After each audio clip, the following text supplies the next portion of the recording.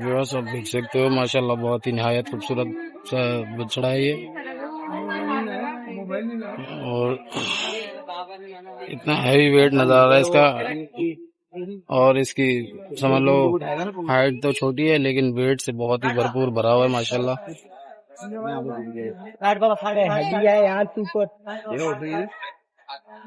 बैठा हुआ देख सकते हो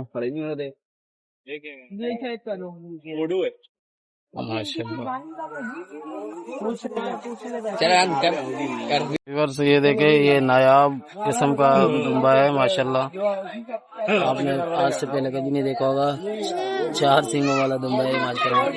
खुदा की कुदरत है भाई, देख सकते हैं आप लोग। ये देखे, एक घेरा